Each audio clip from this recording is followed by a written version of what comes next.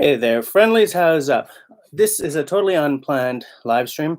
Essentially, what's happening here is I'm putting away all the stuff that we took on the camping, well, the bush stuff that we took on our camping trip. Some of it is already in the wash or whatever. I've got the sleeping bags hanging outside to air out. I'm not actually sure what the best process is for cleaning sleeping bags, aside from buying liners, which I will do for all three of them for next year. We didn't we weren't cocooned in our sleeping bags. Where we were staying has these things called as Utopia, which will show up in an upcoming video.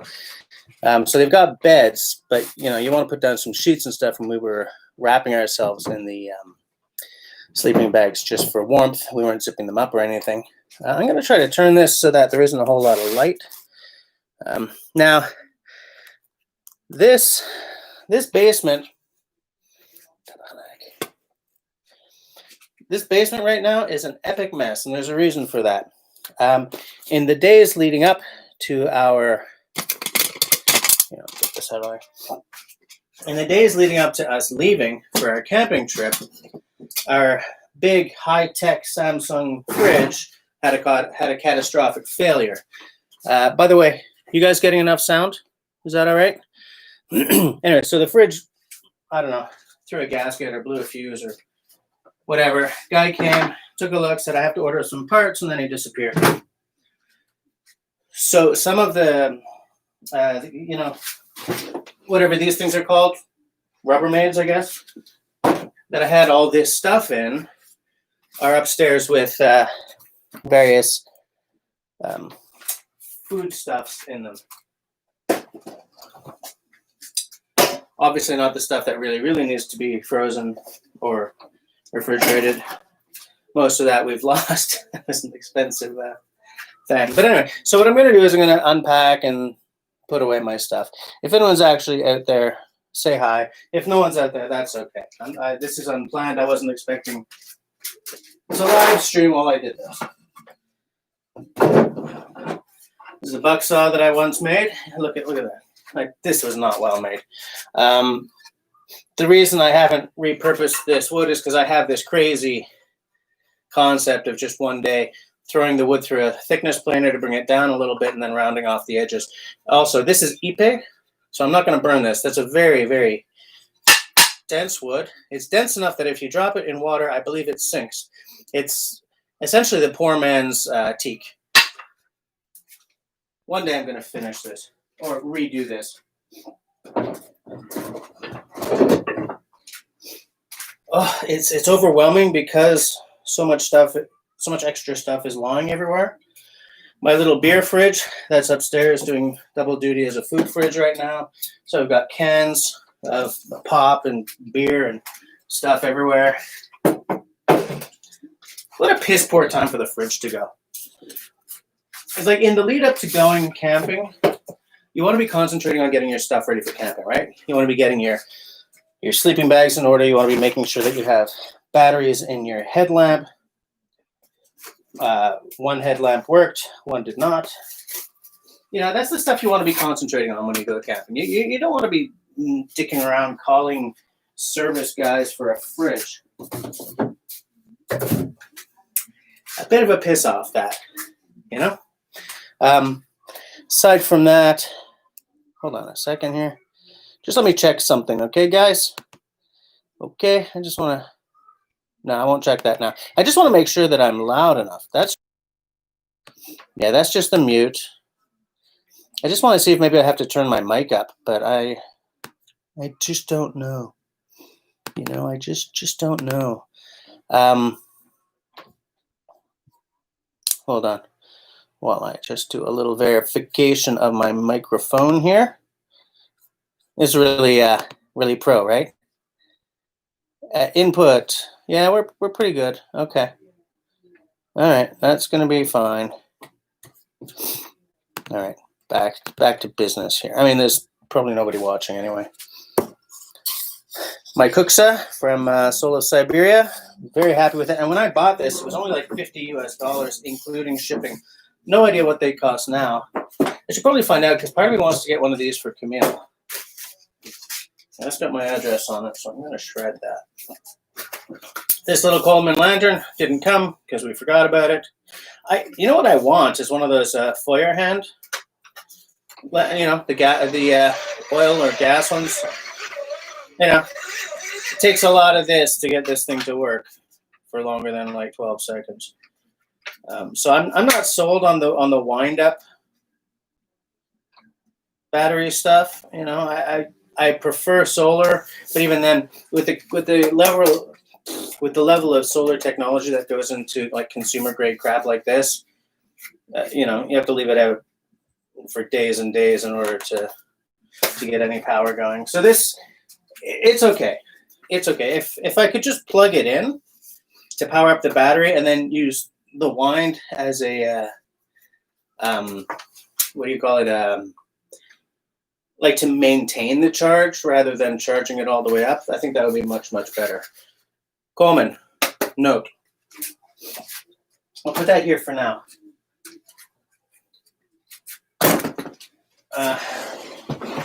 Oh, so much disorganization.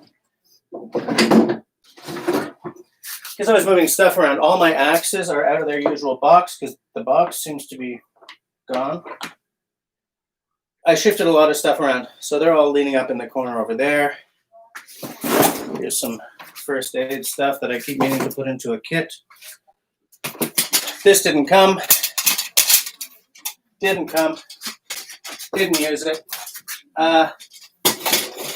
Partly because we never use a percolator, so we're not entirely sure of the best technique. There was a percolator there, so we were like, oh, let's try it. And it made terrible coffee, watery crap. So I think I'm just going to look up the best way to use a percolator. Now, one mistake we did make was in not bringing this, okay? Because at the other sit packs we've been to, they have like a gas stove set up at the Utopia. But when we got there, it was this terrible little kitchen grade 2-burner electric thing that takes forever to heat up, and boiling water takes like a half hour and everything. So, I mean, it's a good thing we had a fire pit there because we could just sear our meat and stuff at any rate, cook as much as we could on that, and hope for the best otherwise. Man, that light, that's terrible. I'm going to move you guys. Hold on a second. I'm getting messages, sorry. Not very pro, but I'm just going to check them. Wow, okay, wow. Well, I just got word. You see, I'm still on vacation, so I missed the corporate broadcast this morning, but apparently I'm working from home until January. Well, that's good to know.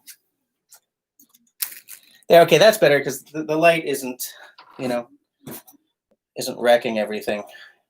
Sorry, I'm getting a lot of text messages.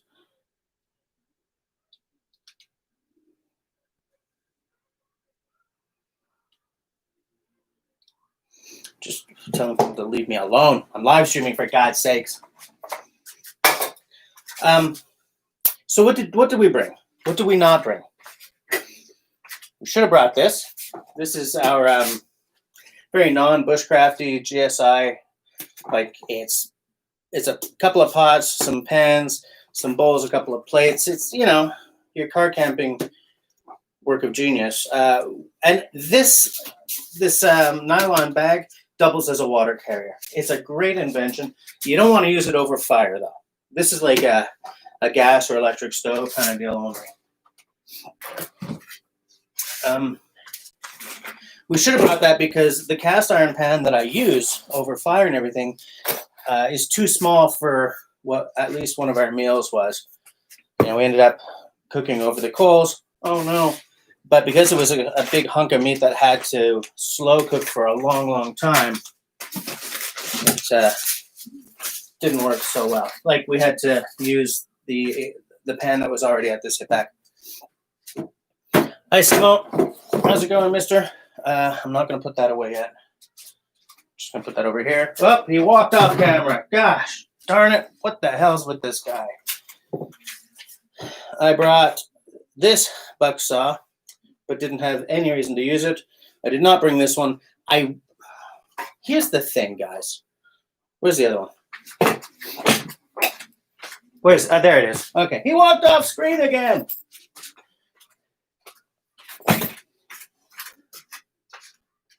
Binoculars, affordable binoculars. I think they were like $70. There's a couple of things you miss when you go for the affordable ones. Okay, Canadian-made buck saw. Canadian-made buck saw. Canadian-made buck saw. If COVID hadn't struck, I would have done a roundup of these three by now, and it's still going to happen. It's still going to happen. It's going to be a tough roundup, though, because there's no clear winner. Oh, I just spoiled it. I should have put a spoiler warning. I don't really know that. I'm just blithering. Now, here's the thing, you know, it's funny because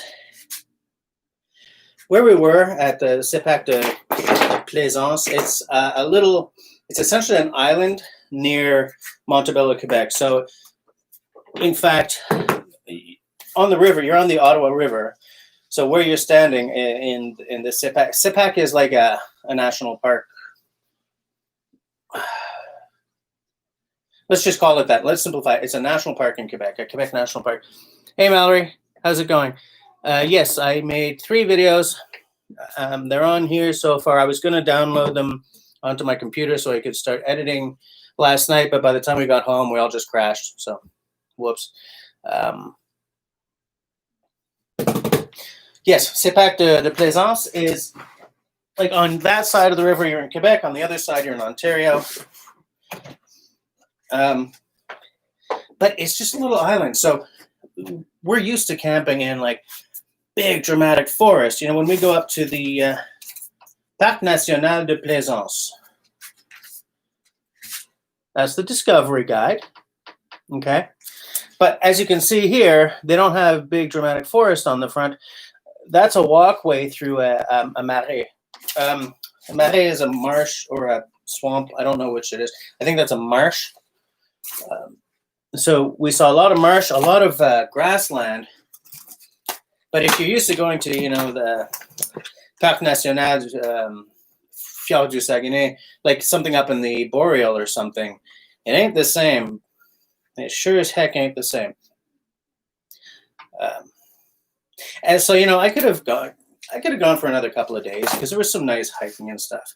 But when we're up in the Boreal, I'd be perfectly happy if we just never came home. You know, Boreal forest smells like nothing on earth. Mine, the daughters, they're still a little big for her, but she's growing into them. Man, that girl is 4'8". I'm putting that in American because when we measured her, all we had around was inches. My little girl is 4'8". Means I'm less than a foot taller than her. I'm 5'7". This did not get used because, as I said, we were not in dramatic forest, so there were not enough trees. This is my it's a hammock, not a camping hammock, but just a hammock for relaxing in. Would have been nice, but hey, what can you do?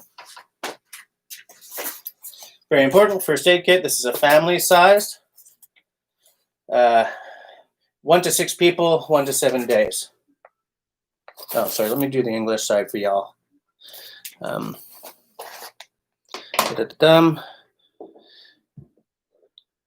Okay, hold on. Did you film your trip? I already answered that. Unpacking right after coming back. Simone says, I'm not even done unpacking my stuff yet. Dude. Oh, Mallory. Mallory, she says she's lying flat on her back and can't move because of what the hell is torticolis? Anyways, I hope you feel better soon. Even if you wish you can't do much in Quebec parks related to bushcraft, you can't do much in national parks or provincial parks at all related to bushcraft, really. There's all kinds of rules and stuff. You really want to get into Crown land if you want to do any serious bushcrafting. Take that. Oh yeah, so while we're on the trip, my beautiful little co-host daughter, who has turned into a freaking alien, you know, now that she's 9, all preteeny. this wasn't good enough. She wanted me to buy at the SIPAC gift shop / information, blah, blah, blah. They sell these real simple wooden sticks to put your marshmallow on, and that's what she wanted. I said, forget it. No way. We had to buy salt while we were there. I'm not buying that. We brought these, I bought these cool forks. I don't want a fork. Anyways, we didn't get along as well on this trip as I would have liked. What else? It wasn't a complete loss. You have no idea what Toxicity is in English. I was trying to figure that out during my live yesterday. Strained neck? Yes, strained neck sounds like it. Hey, Creative Redundancy, how's it going, man? Third 3-hour season finale of Alone tonight. Okay. I haven't seen any of it. I didn't even realize I could watch it because it's on. Is it on Prime or is it on? It's not on Netflix. I think it's on Amazon Prime. Am I right about that? I haven't seen any of it because I thought. Here's the thing: we cut the cable years ago, right? And so, because stuff like that was always on cable television, I just entered this default setting of I can't watch it. If it's not on Netflix or Prime, or we have a digital aerial kind of thing, and if it's not on one of those, I can't watch it. That's my default setting. And every now and again, no, you could have watched it because it was on Prime or something. Again, didn't get to set up my tarp because no trees. No, there were trees. It's just they were all sumac, right? But this big around kind of thing. There's not a lot you're hanging on for that. I hung my my big orange boat line as a drying a laundry. I call that clothesline, and like I hung a towel or two, and it really. Hey, Robin's here. Yeah, I got home last night. I did miss the work announcement today, so thanks for the word. I think I may have to buy a better chair if I'm here until January. Let me tell you. Yeah, so this is the pan that I bring camping. It's too long. No, I'm not using the right word. What is this? It's too heavy for if I'm really hiking into the back 40 or something, right? I want a tin can. Guys, I want a tin pan or something much lighter for if I'm just got a pack on and I'm hiking into the woods. But man, you just can't beat cast iron for so many things. This is an 8-inch skillet. It says on the back, made in Taiwan. So we're not talking about cheap and Chinese. Taiwan, generally, at least for many years, was known for much higher quality, a little closer to the Japanese side of the Asian market. If you guys are wondering what I'm doing, I'm unpacking this so that I can see what. You guys hear that? I don't know what's going on. But the baby fell. She's not a baby anymore. She's a toddler. Once they start walking, they become toddlers, right? Yeah. This is what I'm looking for. Okay. Now that's our anti-mosquito stuff. Here's our knives. I'll show you guys what the family camping utensils are. Walking off screen again. God dang it. Sorry, focus. I'm going to be right back. Okay, so here's what we have. This is cool. This is like I'm showing you guys what my bush gear is when we're camping rather than straight up bushcrafting. Okay. Kung Fu. It's a spoon with chopsticks, and they can be inserted to make it a longer spoon.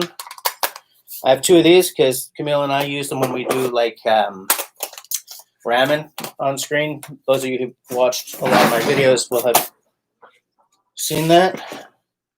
That's my headlamp. That one worked. Camille's did not. I don't know why I have a piece of wood here.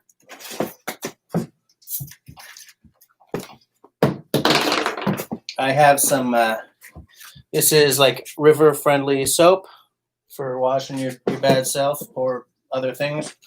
This I want to keep out. I meant to throw that all over the ground. Rack, didn't get to use it. The thing is, these fire pits they have are really deep, like this deep, okay? This big around, this deep. And you can't like lift the metal ring off the ground to move it. So like I used to bring things like a lot of racks like this, or what I've got here is like a big tripod with a pot hanger. None of this stuff works when you go to the sit-back. You know, these are all open fire utensils or implements. So none of them work at all in these fire pits. I'm gonna try to stay on top.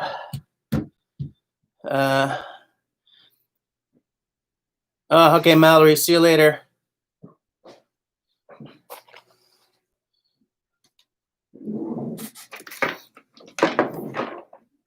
Hold on. Da-da-dum. It's on Prime. You watch it on demand. I'm gonna, maybe I'll binge it soon. I get.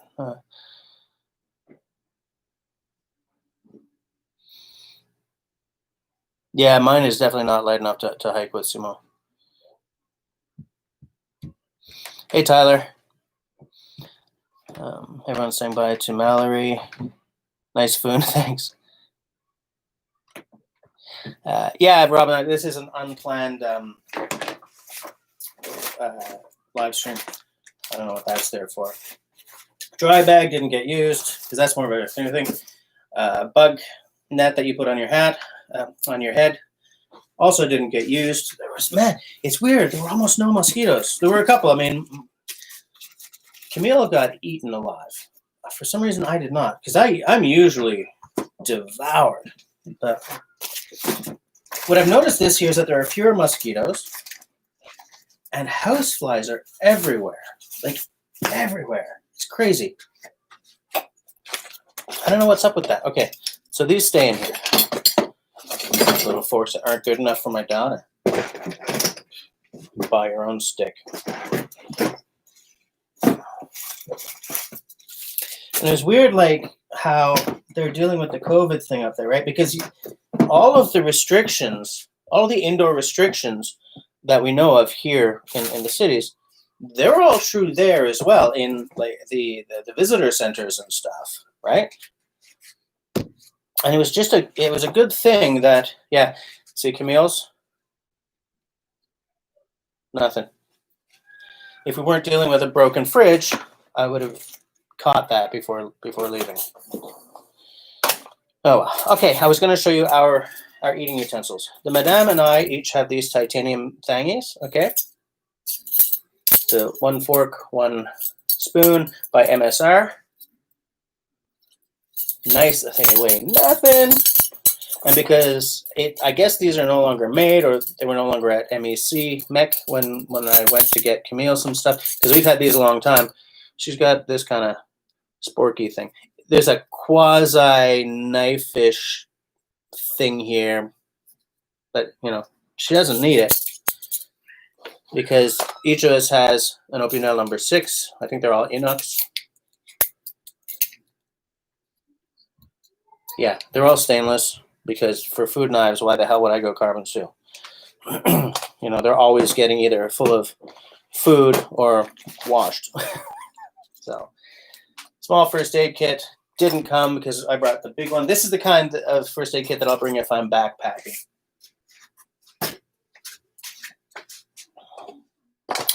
Obviously, in the sit pack, you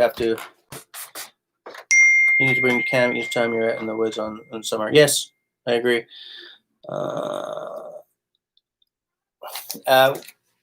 In a sit pack, you have to buy your wood. It's like $8 for whatever you can fit into this little carrier thing. And if you buy 2 of those carrier things at the same time, they give you some fire starter. Didn't use it, of course. I'm thinking that maybe fire starter I shouldn't keep in the bottom of a box like that, though. I'll keep that out on a shelf.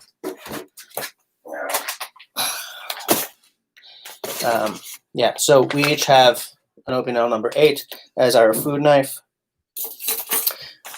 As you guys, well, many of you guys know, I also have that little that little mini Nesmuk, but that's more of a food prep knife, or I'll bring that if I'm hiking or something alone.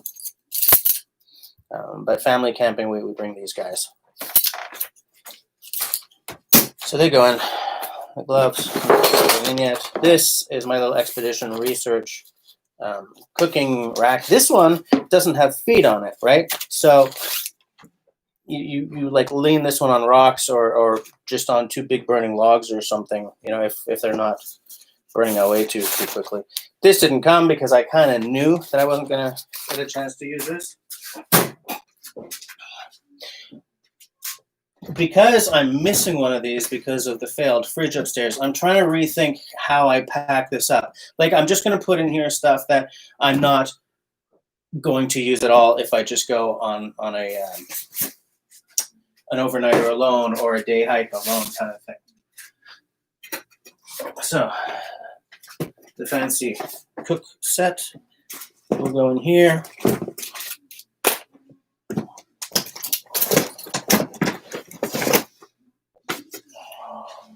It can get overwhelming if you allow it to. It really can. Now, oh, there he goes. I'm going to be stepping on the screen a lot, guys.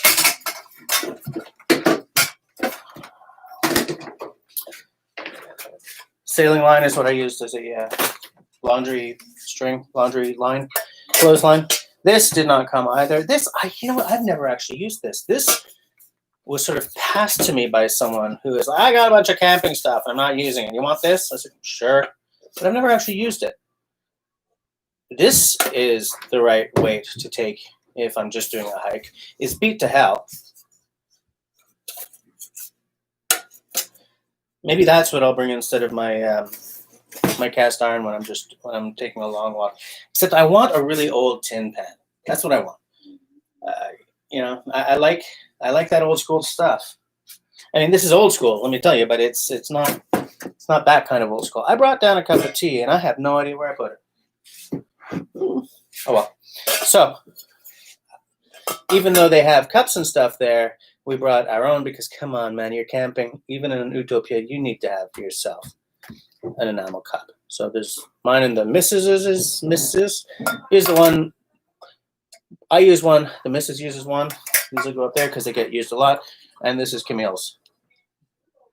Bought this that Christmas or birthday. I don't remember when we bought Camille a whole bunch of camping stuff, like that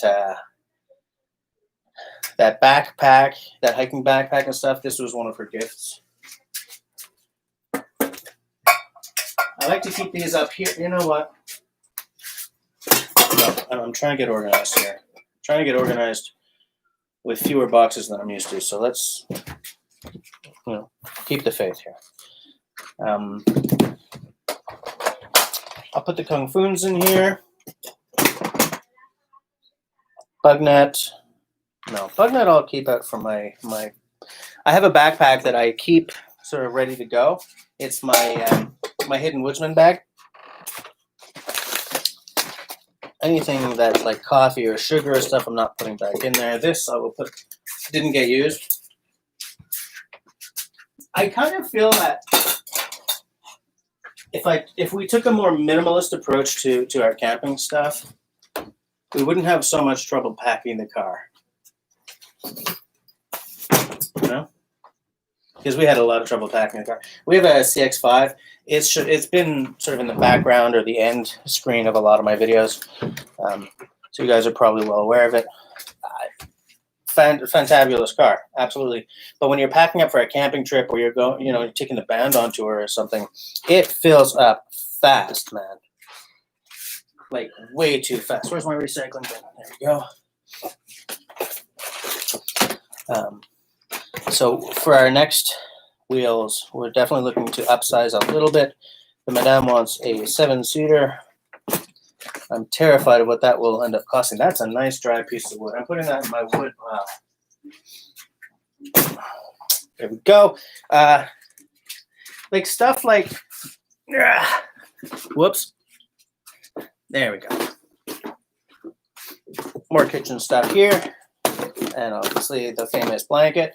Hold on.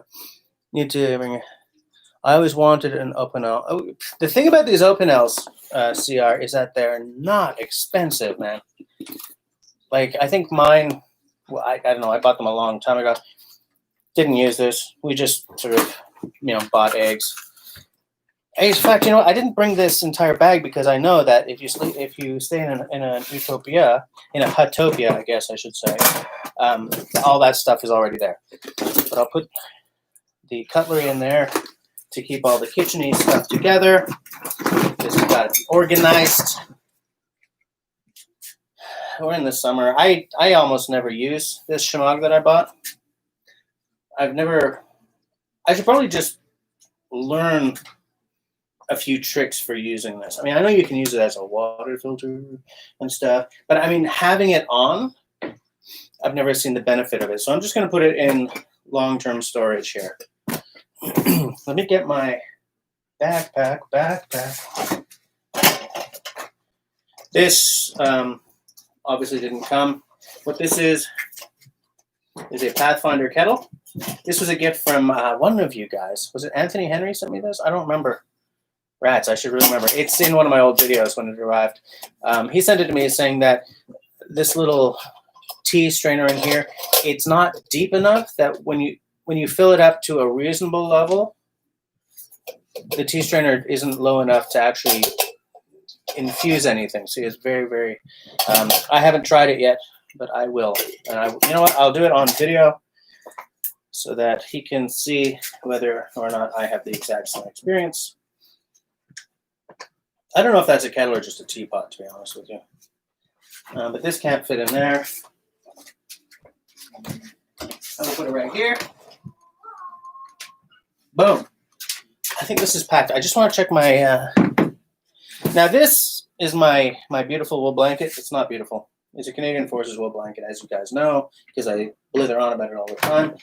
I used it a little bit, not too much. At one point, I sort of put it on the ground so that I wasn't going to get my poor little knees all knocked up by the gravel. But I'm not washing it. I wash it as seldom as possible. It's still, like, I didn't sleep all wrapped up in it, so there's no sweating or anything. But I like to wash my wool as little as possible because I'm afraid of sapping out all the, what's it called, the lanolin? Tyler, if you're still here, am I using the right word? I don't want to wash out all the lanolin, like the waterproofiness. Waterproofiness, it's a word.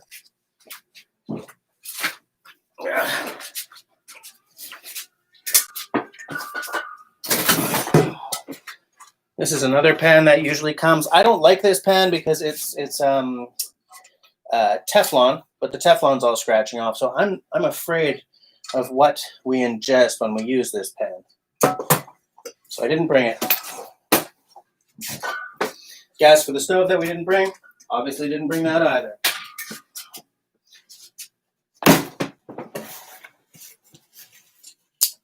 I sure did bring this though.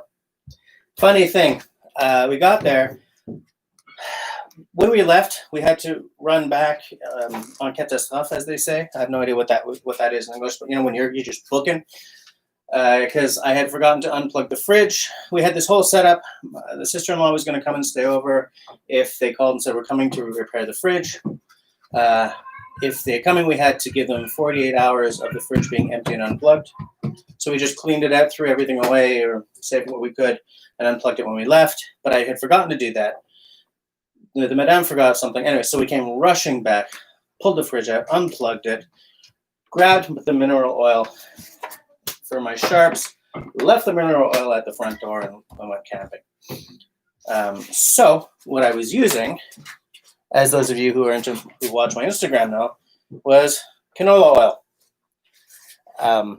Because so long as you keep it oiled up, you're good. Now, here's a funny thing. I don't know, but I don't know if you guys can see that, but there's some, yeah, right there. There's some resin from pine stuck on there. And I scrubbed away at it with the oil because that's effective to a certain extent. And it got some of it off, but I'm not sure what a real surefire way to get rid of pine resin is. So what I'm going to do is I'm going to take my sharps back upstairs, wash them up, and re-oil them when I'm done here.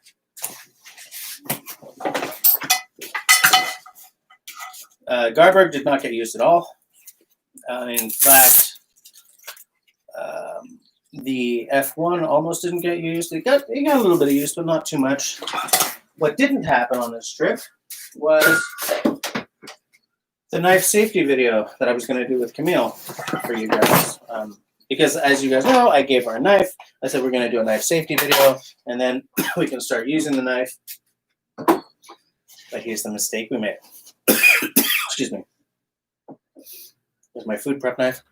We brought the freaking iPad along. I'm a big defender of the concept of bringing iPads and games for when the kids really do get bona fide bored, or bedtime or whatever. But that kind of blew up on us because we had a few periods where we were reined in. Made some char cloth while we were out there. We were reined in a few times, so using the iPad at other times just sort of became a concept, and that really messed up a few things. So anyways, she didn't feel like doing the video, which is weird because she always feels like doing a video. She's on my arse about it all the time. So we'll do it tomorrow, I guess. We did sort of start something, but I realized that one of the methods I was teaching her, right, this one, I was doing completely wrong. This was before she got bored and said, "Look, let me just go back and do my iPad."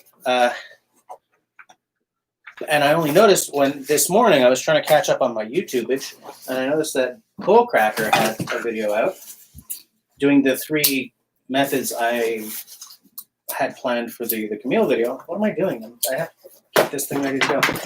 And one of them I was doing completely wrong. So it's okay that she got bored because it means I don't have a full video to reshoot. I mean, packing and unpacking is part of the learning and adventure for me. Yes, me too. Hey, Mike's here.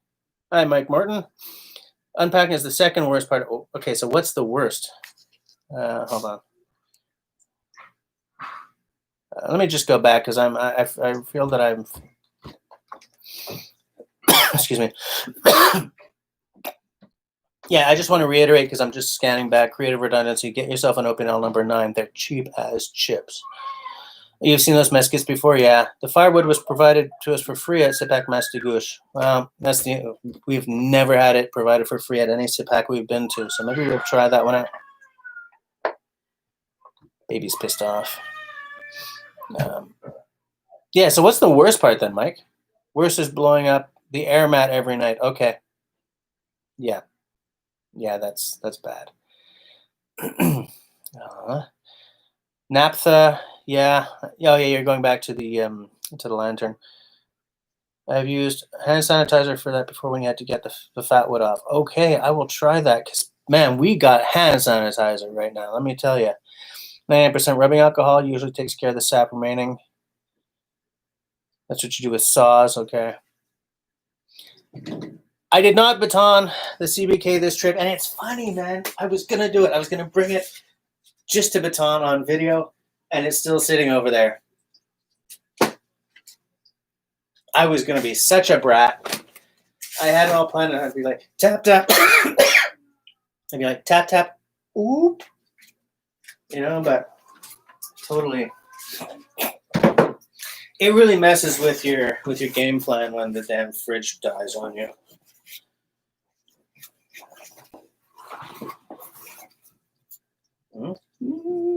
Hey. Man, there's some dust or something here. Excuse me. So I usually keep this in. I don't know how many of you guys have seen the inside of these Dayrex Scouts, but there's an admin pocket here. But on the back, Tebernouche. I'm using my laptop camera here, guys. Anyways, there's a pocket which I think is for like a camelback or something because there's a loop right here. Anyways, I usually keep this guy slid in the back there, ready to go, as they say. This is a tinder pouch, which I like to keep down in the bottom. This is my possibles bag, which I also keep. Like, I keep all this stuff in there so that when I'm taking a trip, grab and go. This bit me in the arse this year because that video where I had forgotten my bug spray. I believe that was the one where I told you why I didn't do a show us your steak video. Because I wasn't getting out. So I had skipped the part where I switch everything over from winter to summer. And so I didn't cotton on until I was actually being surrounded by mosquitoes. Where did I put the damn line? Okay, guys. Did you guys see me put that big orange line somewhere? If so, sound off. A little bit louder. First aid kit in the bag. That's the small first aid kit. Where the hell did I put the damn line? Camille's fire kit. Did I bury it? Adam Romano, hi. Get the Thermarest Neo Air Pump Sack. Ah, there it is. So I keep the line here. I keep these guys on this. If you've seen my my tarp ridgeline video, you'll know what these are for. I attach the tarp on either side to these little guys here. I keep it just essentially ready to go in the possibles pouch.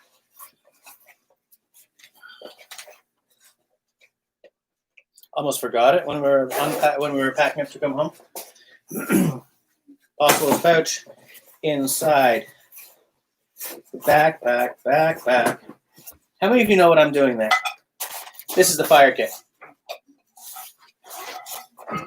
You've already seen inside the fire kit, but what I did want to show is this cheesy ferro rod. We brought this because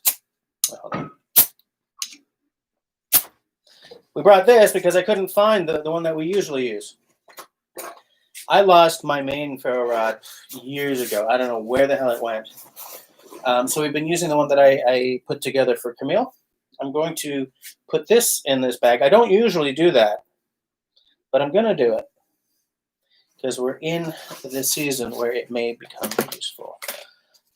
I keep this in. I'm putting all this stuff in the admin pouch at the top here. I'm not going to put Camille's in because I got to get a new battery for that. One of these boys. There are a couple of side pouches in here.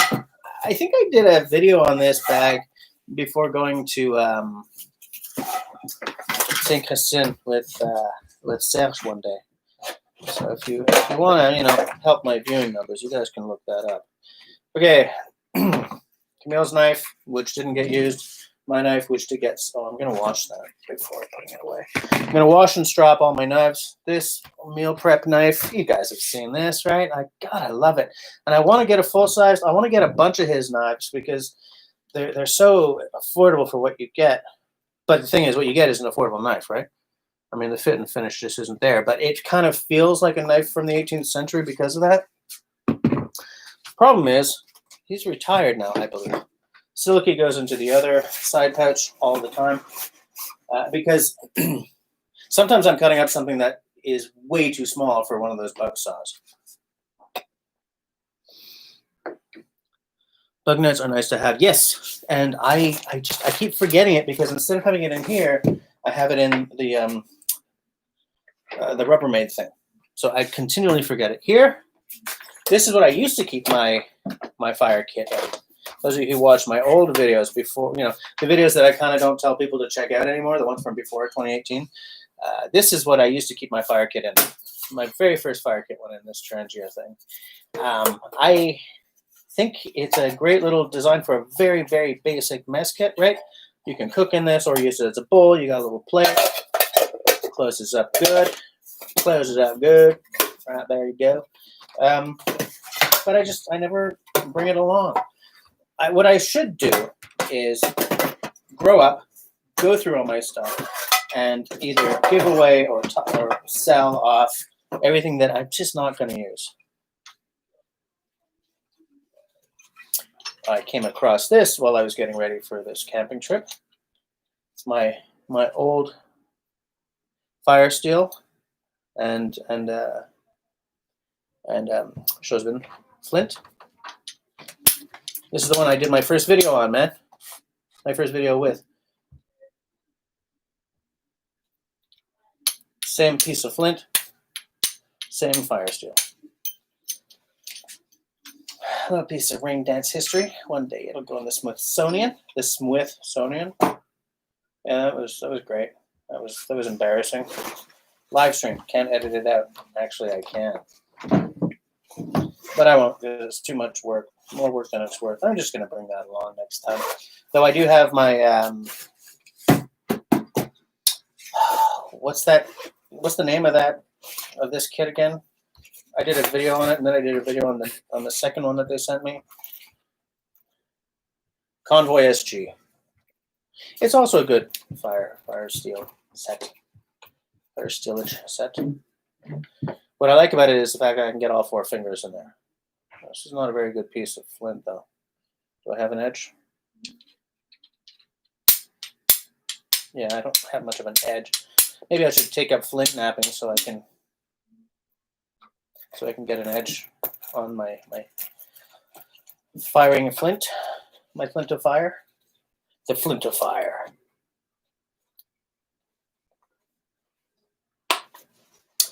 There we go.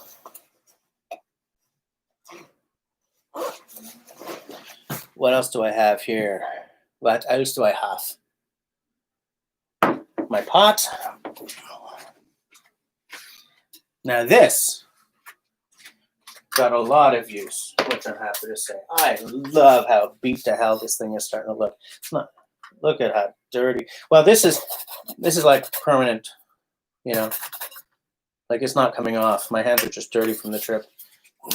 I've washed it up and it still looks used, and I like it that way. Baby, I like it like that. Anyone there figured out what I'm doing when I'm saying backpack? Bug nest or nest up, yes. I have a few very large ones, great for door openings. I should get something like that. So bright you could signal with it. Yeah, exactly. Flashlight, this is my EDC flashlight, which came with me. I think you guys saw this on a live stream when I first got it. I'm trying not to freak you guys out.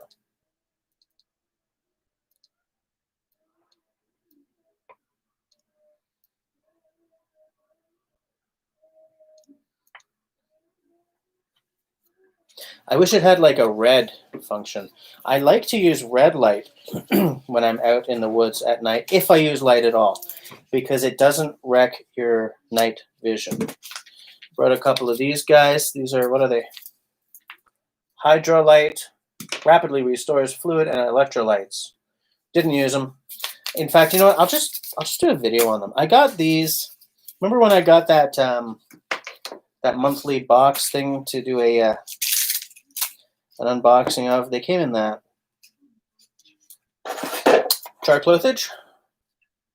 This is actually Camille's char cloth. Thank you for reminding me, because I don't want to bugger this up. Did I put her fire kit in here? No, it's right here. I'll put her char cloth in her bag. In fact, I will take some of the char cloth that we made. This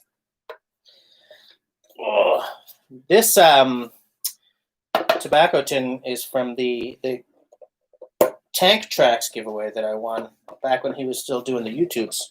He's concentrating. Oh, piss on a biscuit. Did you guys see that? Of course you saw that, because I did it on camera. It's okay. It's professionally embarrassing, but I'll bounce back from it.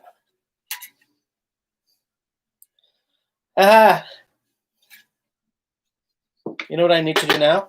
I need to have a beer overflow on me now. Okay, there we go. We're moving right along here, guys. This is probably like the worst live stream ever, but I'm glad you guys are hanging with me for it.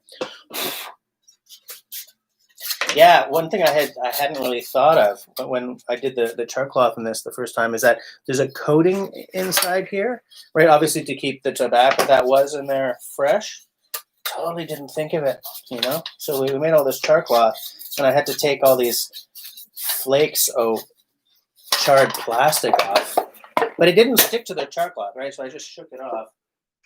Anyways, that is a nice sized char cloth tin. Because what I find is these little Altoids guys that I use all the time, what happens is after a few char cloth is that after like about a half dozen uses, they're all warped. So trying to keep them closed becomes a chore. You have to, I don't know, maybe find a rock and put it on or something. Because the thing is, if these open up, then it's no longer an anaerobic environment in there. You get air going in there. And instead of char cloth, you get ash because it burns.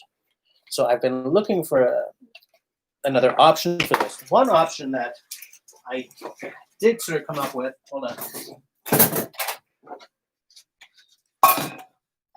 This is one of those things I should either give or sell away. Give away or sell. Where is it? Here in my hunting stuff,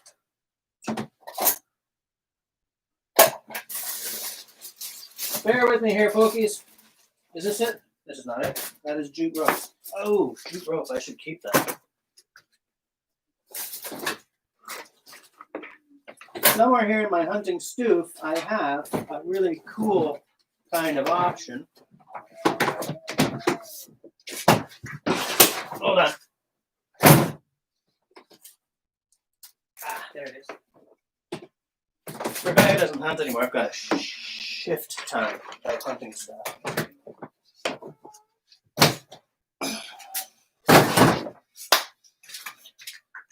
This is an old school tobacco tin that what I had when I'm hunting, when I was hunting, what I would use it for. And of course, because of the heat, it's warped, so it's almost impossible to open. I would put a roll of toilet paper inside here and then fill it with methyl hydrate. Oh, yeah. It's probably never going to come off. So you put a roll of toilet paper in that fits. It fits perfect. Okay. Start again. You put a roll of toilet paper in. It fits perfectly. Then you fill it with methyl hydrate, and then you light it, and you get warm in your deer blind without creating a smell that scares off the deer or smoke or anything. Yeah, that's. I don't know if that's ever going to come off. Hope nobody's wearing headphones. Oh, yeah, it's not going to work. By the way, if you guys are liking this stupid live stream, please hit that thumbs up. I like the round tins for charring more than ones with hinges. Is this what you're talking about, Creative? I think it must have rusted closed. I'll try to get that open somehow. Maybe I got some schmutzy here, something to spray it with. No, but I do have. Here we go. Is this ultra lubricant? Keep it to yourselves, you bunch of filthy buggers. Maybe this will work. I'll do this over the sink. I'm going to step off screen like a non-pro. So what I'm going to do is spray it. I'm going to leave it upside down to sink in. It smells terrible. I don't have any paper towels down here. So prepped. So prepped. Yeah, no paper towels down here. Do I have a rag? Is there a rag down here? Here's a rag.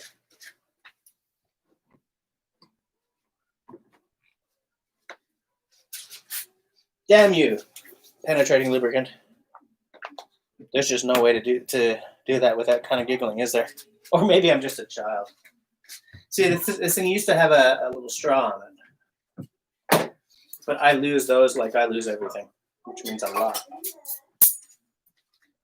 So as I said, anything that I like to use a lot, I'm not putting in here. So this isn't going to flow. Well, let's get that out of there. This is, those fire starters, like you take a cotton batten, You wrap it up with strings, and then you dip it in cire, no, wax. So that is for, that goes in there. This goes up here somewhere. I don't know. I'll put it here behind all the knives, behind all the knives. I have so many more knives than I ever thought I would have, guys. So many more. Because I keep saying that I'm not a collector. I don't want to collect. If something doesn't get used, I want to pass it on to someone who'll love it. And it's sort of a struggle making sure that I use all those knives. Well, this one, there's a Canadian belt knife here that's still in the box, and it's because if I ever hit 3,000 subs, I got a whole bunch of stuff ready for a giveaway, including this fire piston, which means that goes in the giveaway box. Actually, I have several different giveaway ideas, and I'm not quite sure how to do it yet.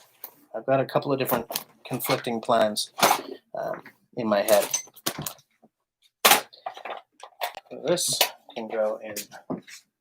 I'll put this in my fire kit. I almost never use them. I'm not comfortable with these little waxy things because I feel that, I spend all this time trying to fluff them up and it doesn't work and blah, blah, blah, blah, blah. Blah, blah, blah, blah, blah.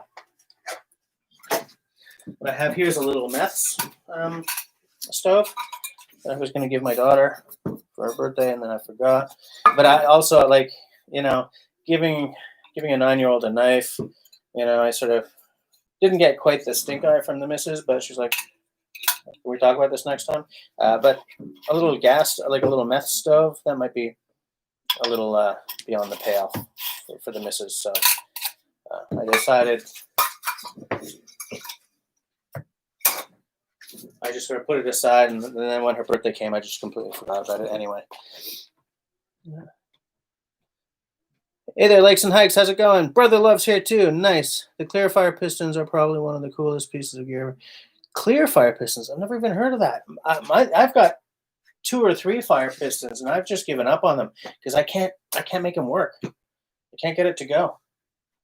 And I've got I did an early video on one. I meant to do that. Is it in the giveaway box? Yeah.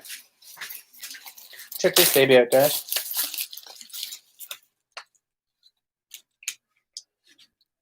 Boom, boom. What is BE Feuerpump Fire Piston by bushcraftessentials.com. It's a great piece of engineering. It's absolutely fabulous. You can open up all kinds of, the front and it opens up. That is, I guess, for cleaning, but also to get a little bit of oxygen going in there. But when you close it up tight, it is closed. Here, the tip unscrews so that you can keep some tinder in there, right? Oh, in fact, there's some tinder right there. But here's the thing. Just break off a little piece of the tinder. What they're using is a little charred wick. Oops. This is hard to do, okay, guys? When you're not using a table. Put that back, and the light in here is horrible. Right? So I got my pump, got my tinder, I put it in here, and then things get all kind of comical because for some reason I just can't figure it out. Look, even this end comes off. Like everything unscrews. This, right? And look at that. Little tiny ferro rod. Beautiful piece of engineering. Absolutely cliched level of German engineering. Can't get it to work. Look, part of this is I feel that a fire piston is gadgety. It's a solution in search of a problem, absolutely. But I can't get it to. Where shall I try this? Am I on camera? Okay, got it in there. What if I do it this way? Yeah, I can't get the movement fast enough or hard enough. You know, I don't know if maybe there's a. Oh! Wow, for crying out loud. For the very first time in my life. Very first time. Where the hell do I put a piece of burning ember now? I'll just let that burn. Well, that wasn't supposed to work at all. And if you guys weren't watching, that would not have worked. That's awkward. My clean canteen. All the stuff that I reach for all the time, except for that percolator because it won't fit anywhere else, goes up here. This shelf is technically too tall for me. I have to sort of, whatever, that's embarrassing. We're not going to talk about it. So I don't know, what do you guys think? Should I give that fire piston a second chance? I'm trying to find the one that I just dropped, because I'll put that into the giveaway box. Or do you agree with me that it's just too damn gadgety, that a real bushcrafter doesn't use such high-tech implements? Great. Did I like magic? Yeah.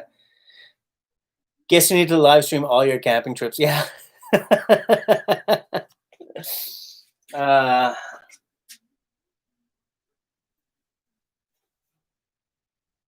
Let's not burn down the bench. Primus stove. I like it greatly. I got some gas for it up there. I use that for if I'm in an area where you're not allowed to have an open fire. This is an awl. This is a workshop item. I had also brought my tiny little Wetterlings axe because, you know, I never go anywhere without it because I usually feel that it's good for making kindling, but I didn't end up using it like at all. It stayed in my bag. Time for a warm beer. Just kidding. Actually, it's not that warm. Didn't warm up down here very much. Have these little bottles, which I didn't use at all. Into the crate they go. And, you know, that's kind of how it worked out, you know? It was a good trip. It was good to be away from the city, you know? It was good to be away from the city. So even though it wasn't the utter, you know, glory of the boreal forest or something, hey, I was surrounded by trees. You know, I was breathing the forest air.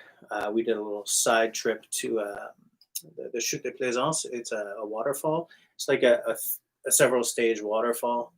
So it's not like one of these like Victoria Falls or anything, but beautiful, smelled great. Just a terrific little side trip. We also went to Parc Omega, which for those of you who don't know, it's one of those parks where you drive through and there are all these animals and you can feed carrots to them at the window. It's always a real good one for the kids. And let's face it, for most of us city dwellers, that's as close as you're ever going to come to a caribou. You know? I love those animals. Like those. A caribou in a park like that is not living the grace and glory of its natural life.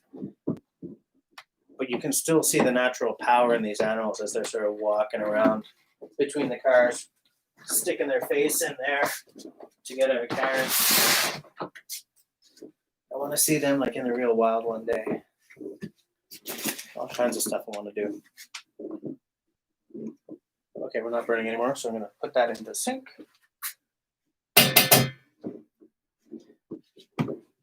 Actually, you know what? That's still perfectly good. I'm going to keep it in there. Very slowly put it back together so that I don't accidentally succeed again. That was weird, right? Yes, right. That's why this, I'm remembering now. This unscrews so that you can, this unscrews so that it breaks the seal. You can close it up. for carrying. Nice and compact. It came with some O-rings as well, like some gaskets. Do you guys hear that? That's the toddler pushing around. All right, I'm going to put that in my bag, and I'm going to give it a few more tries out in the bush when there aren't people around to embarrass myself in front of. Char cloth, which reminds me, stepped off screen again.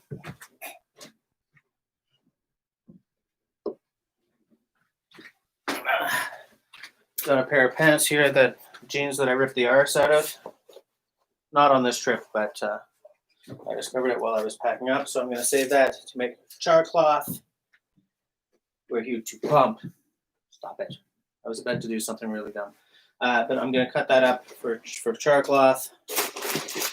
I have the largest collection of little cotton squares ready for charring. You guys would not believe. But I don't want to waste perfectly good charable material. You know, oh, here's the instructions, because, you know, fire pistons are so complex. I have heard tell that the fire piston is actually an ancient invention. Someone once told me that the Romans had them or something like that. I don't quite remember, but I don't know. I'm keeping this jute rope out because jute has been a source of endless frustration for me. My original fire steel kit, flint and steel kit, came with some like just poofs of jute. Yeah, it was jute, which catches like that. I can't tell you how often I've been there with one of these pieces of rope, like unraveling to try and get the same effect and failing miserably. But I saw, I don't know, a video somewhere, some guy took the jute rope and took the back of his knife and just until it was like a puffy little cloud. So I'm going to give jute a second try. Let's try not to poke myself in the ear while I'm doing this.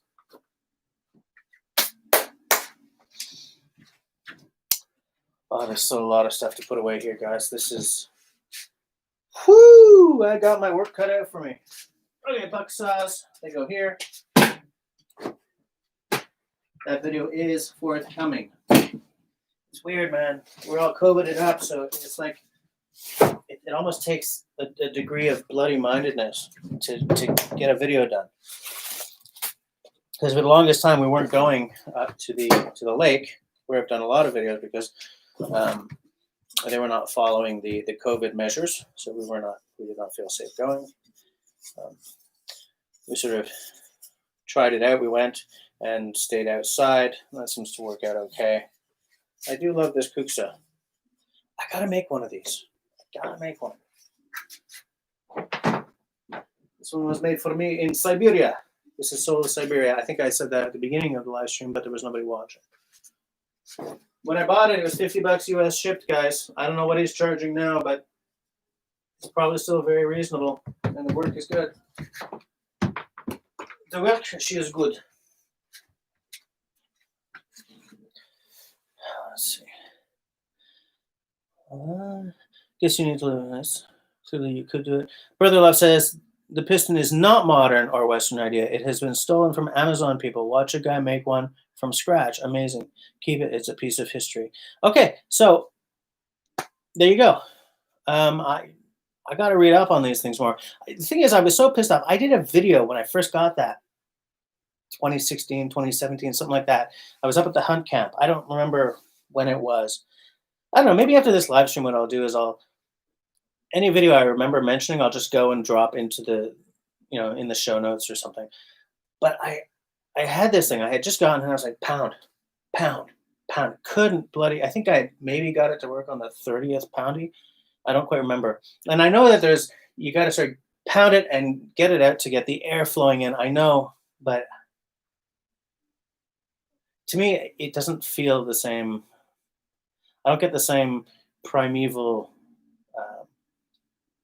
fizz as I do using a fire steel or I don't get it from a ferro rod either. The ferro rod feels like a more modern invention as well. But what the ferro rod is easy.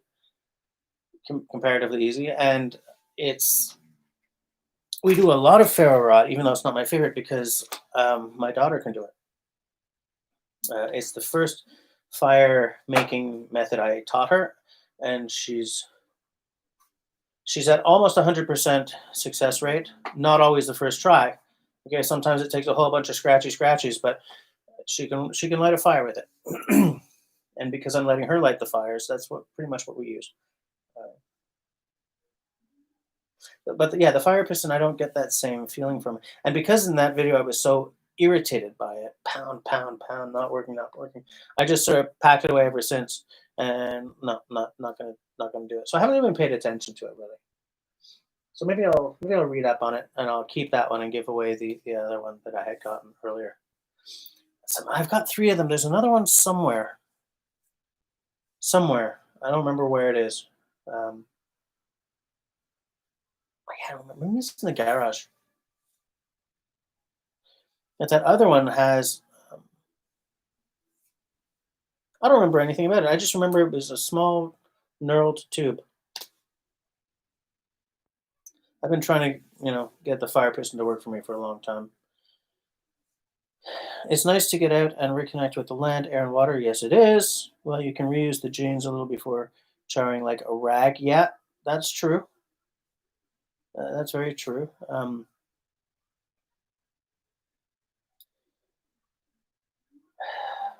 It's funny, we live in a world where the paper towel is the default rag, and there's no reason for it.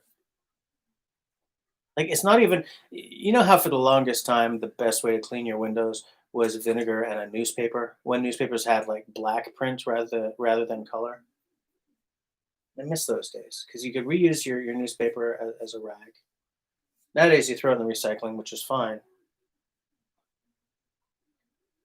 But there's all these stories about in some areas recycling isn't really happening, and in some areas they are happening, and the Chinese aren't taking our crap anymore. So where are you gonna build a recycling plant? And it's like God, there's a lot of these in this house, a lot of these.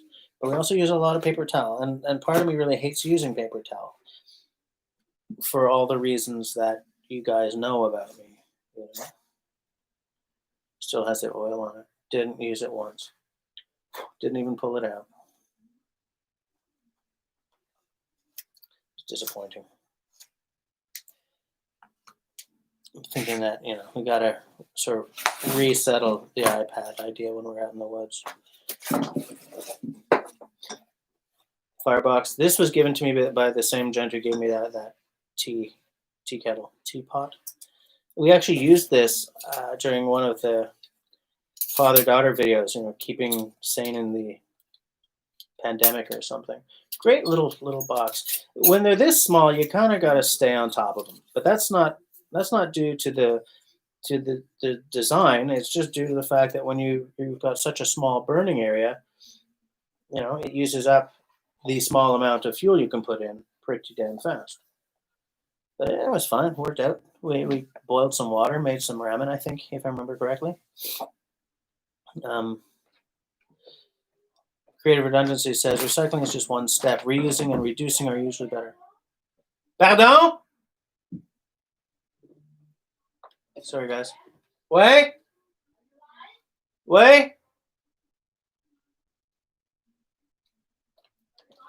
Yeah. Okay. That was the wife asking if I was live streaming right now. She probably wants me to go and do something. Oh man. And check this out. I thought, man, this, I just stepped right out of screen.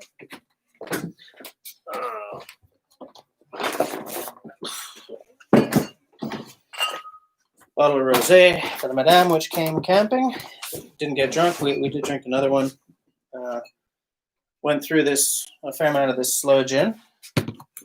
I don't use a lot of sloe gin because it's not really a gin. It's a gin liqueur. My back is itchy. So a lot of it, like when you make a sloe gin and tonic or a sloe gin fizz or whatever, like very often you'll have gin and sloe gin as the flavoring agent. So here's a collaboration between Pit Caribou. You guys have seen me drink that before. And Brûlerie de l'Atlantique. So a coffee roaster. Oh yeah, it's right there. Brûlerie de l'Atlantique. Where the hell is that coffee roaster, I wonder? They're probably both in the Gaspé, right? Yes. Café équitable, 100% Arabica, infusé à froid. So it's a cold brew, fair trade Arabica coffee. It's a coffee stout. Didn't get to try it. Here's something also from the Gaspé microbrasserie, Cap Gaspé Craft Brewing Company. This is a La Voreal alt beer, copper beer. That's a copper ale, probably. The inspiration is Northern Germany. The tasting notes are toasted bread and caramel. The ingredients is water, barley malt, hops, and yeast. 10-cent refund on that bottle. This, I think, is a 20-cent bottle, or 30. What is it? Oh, this is from whatever. I don't know. 30-cent bottle. Here's this is Rusta Chelsea. It's a whatever Rusta is in English. Is that brown ale? Red ale? Hyper local, nature, artisanal, adventure, eco-responsible, great outdoors. So I didn't get to try that either.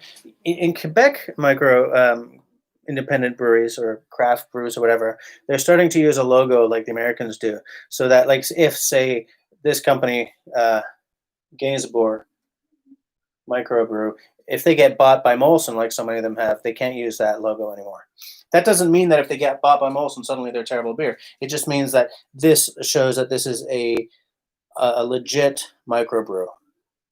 And some American, I think it's an American association, has started doing the same thing, so that people who like to buy micros, like I do, partly because, you know, interesting flavor choices and everything, but partly because that way I know I'm supporting a small player rather than a massive company. They know what they're buying.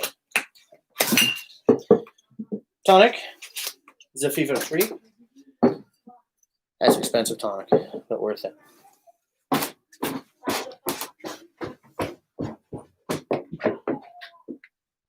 Here's someone coming downstairs. Yeah, got most of it put away. There's just a lot of stuff, like my sharpening stuff. I'll just put back up here. I thought that Camille and I were going to do some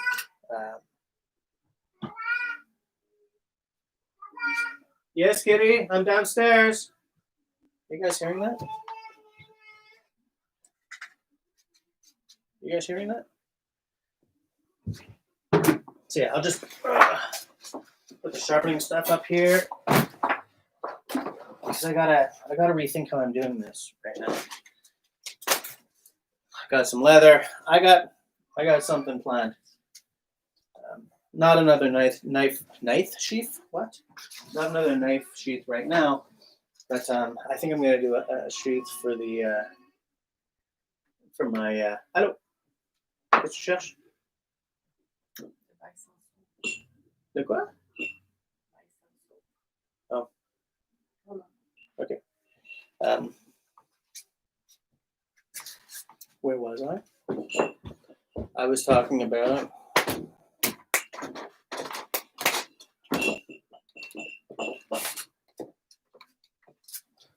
hold on a second, guys.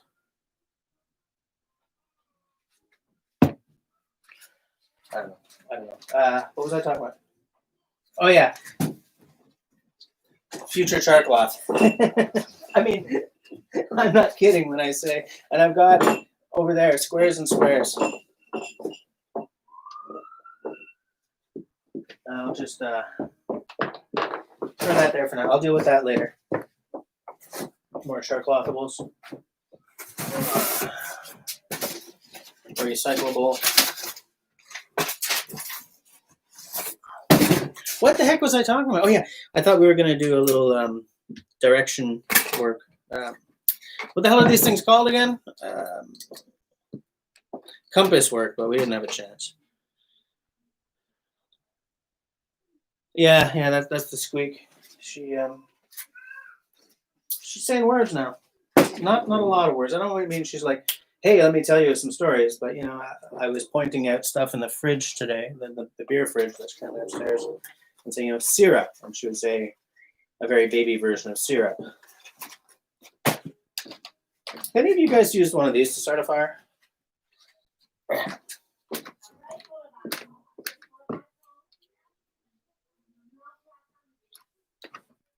Oh, I can't get it out of the Ranger band. It's a. Any of you guys ever started a fire with one of these? Orienteering. Thank you, Robin.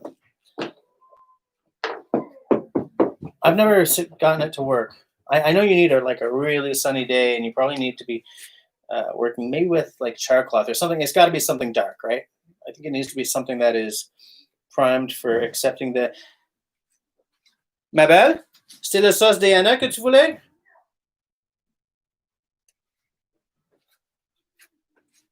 I thought she was downstairs. I'm going to step off screen for a second and put this barbecue sauce outside the room just in case it's... Ma belle, c'était ça que tu cherchais?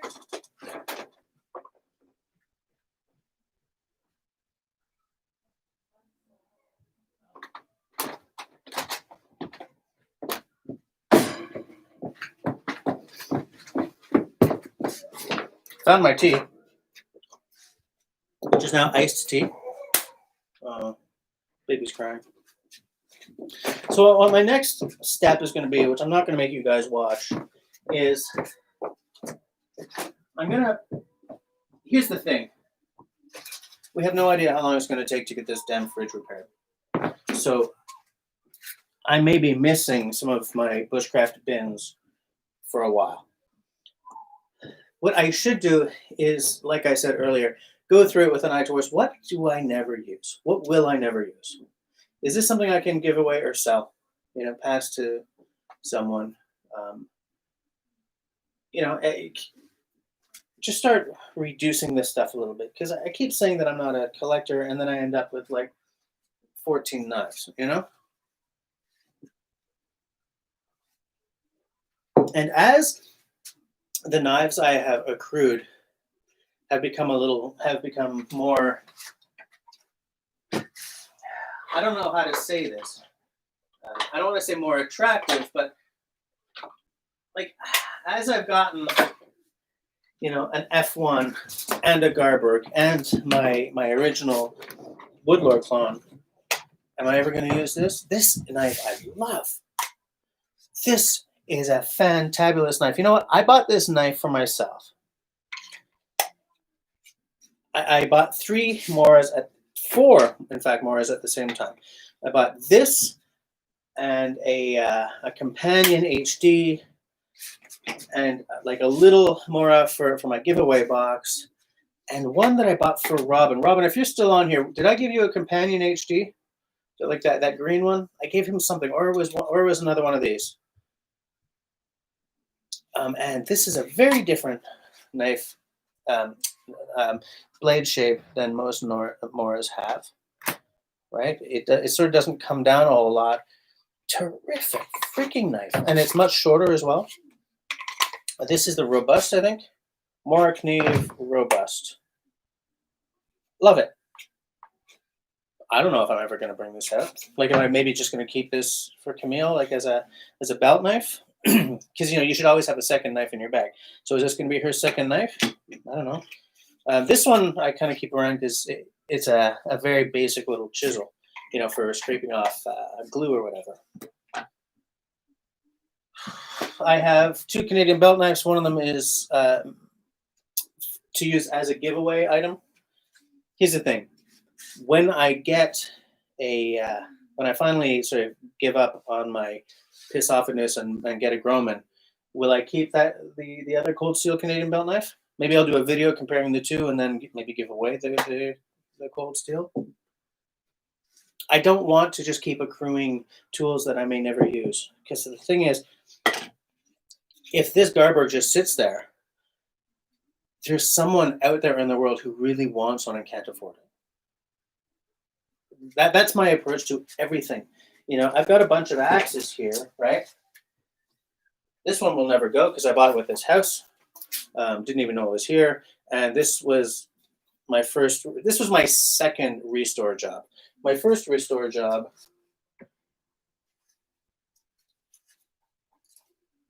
Is that it? Hold on.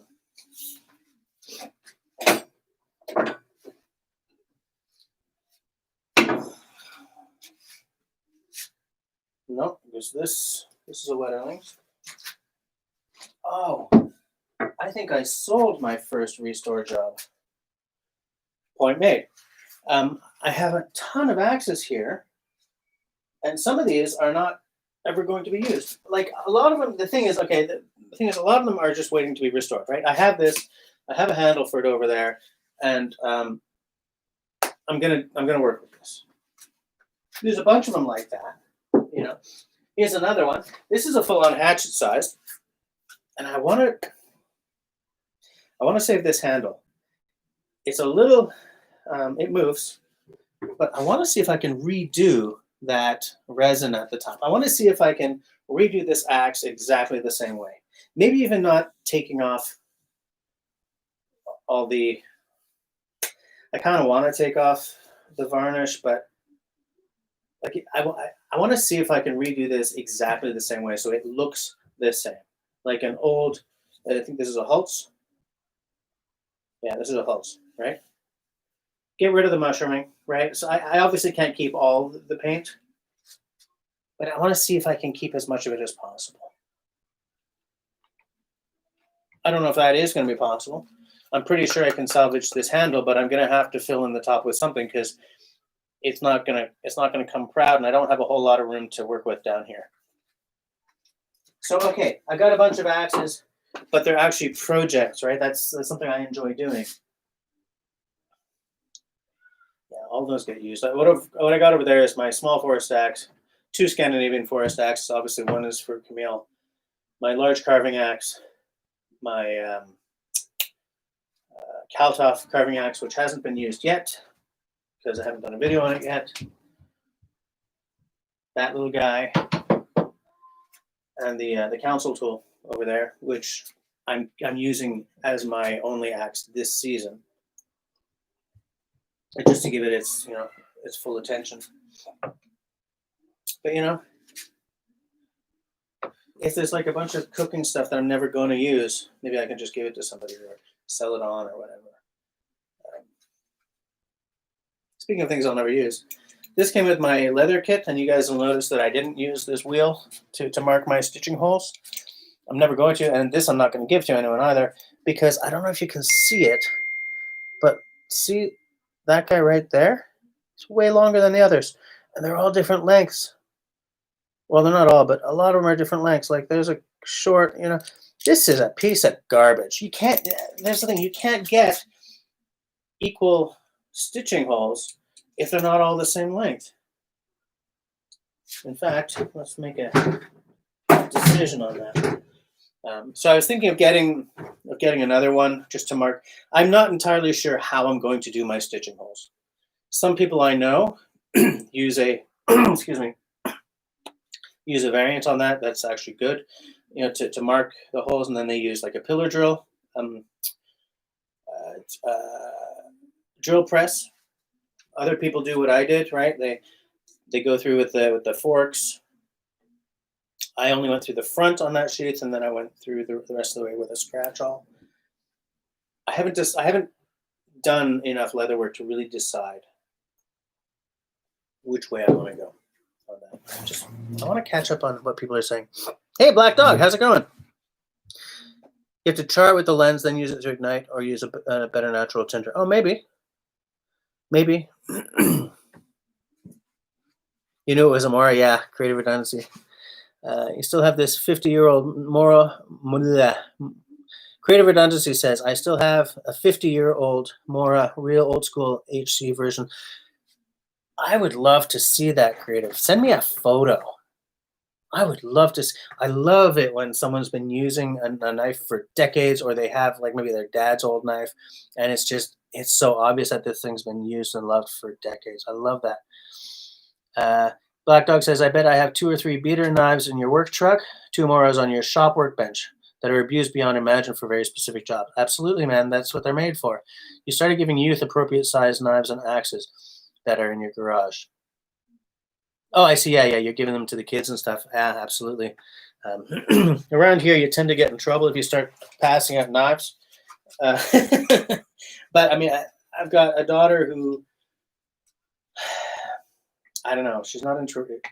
She's going through a weird time right now, but she's she's interested in the outdoors. She loves to start the fire. You know, I made her that knife, so maybe I'll just pass this one to her as a second knife in her bag, just in case. Because I really want to teach her about things like that. You know how you need to have a second knife just in case. It's the same as if you're canoeing and you've only got one paddle. You shouldn't do that. You know, don't know why I'm doing that.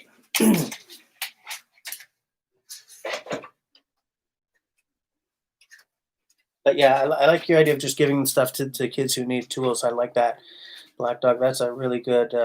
That's a nice. That's a nice policy to take.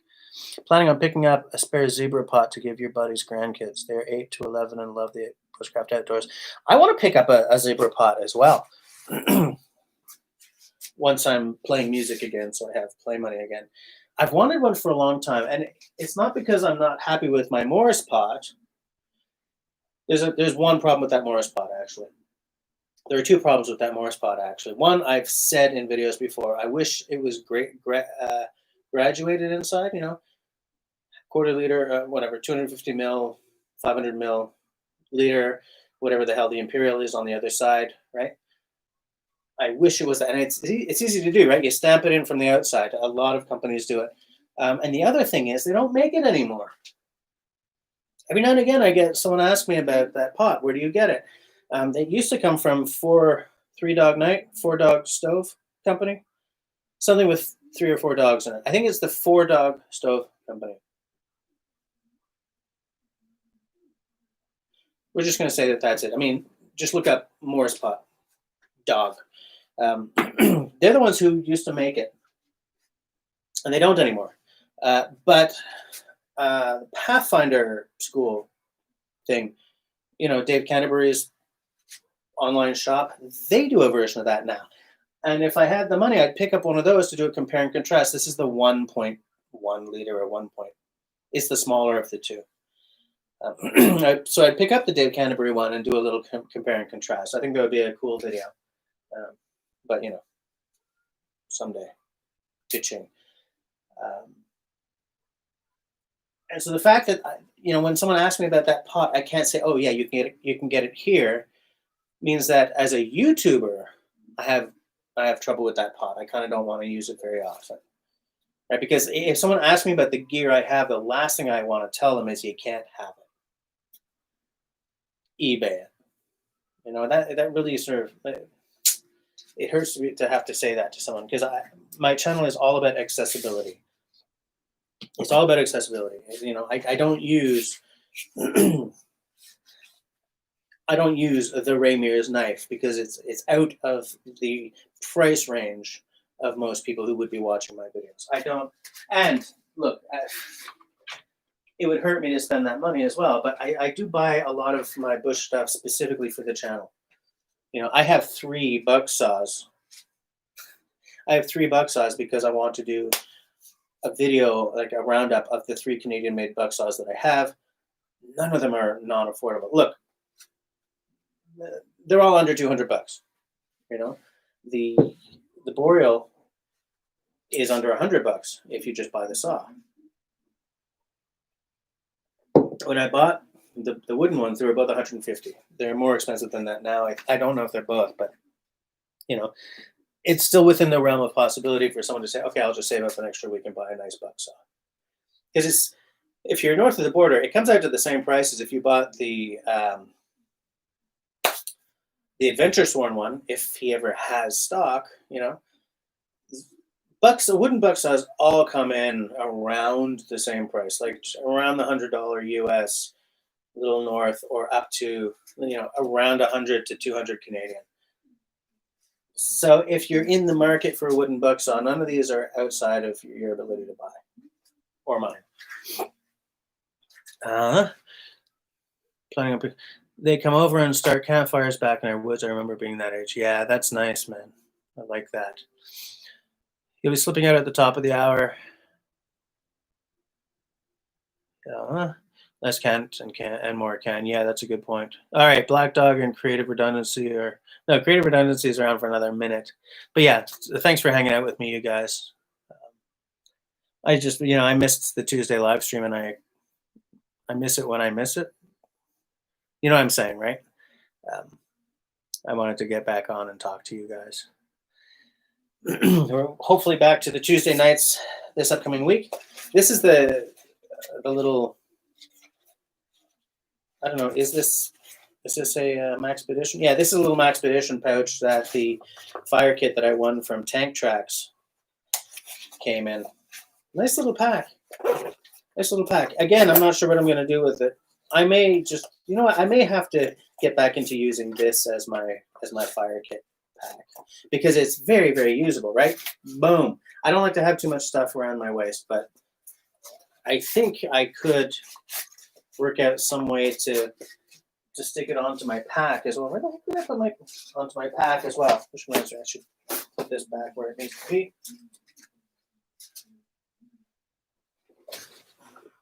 There we go. What I would like to do is right here put a series of drawers. Because if I can get all this crap put into drawers and away, that would make me happy. Because it's so hard to film in here sometimes. I clear off that workbench so that I can have not too messy a background. But this is a room that I haven't finished organizing yet. There's a chest freezer here that has to go because it is blown. I've just been waiting for the COVID to end so that Robin can come over and help me. Robin, if you're still here, how does that sound? I'll pay you in steak. And then I'd like to build some shelves here. Just get this place more presentable. I also want to put some big lights right along the top so that if I'm working on something, I can just have a nice flood, a nice floodlight thing happening. That tea's really cold. Don't want to waste tea though.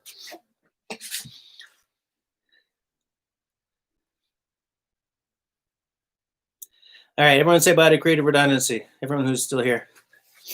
I don't know how much longer I'll be live streaming because I'm sort of getting to the end of what needs to be done here.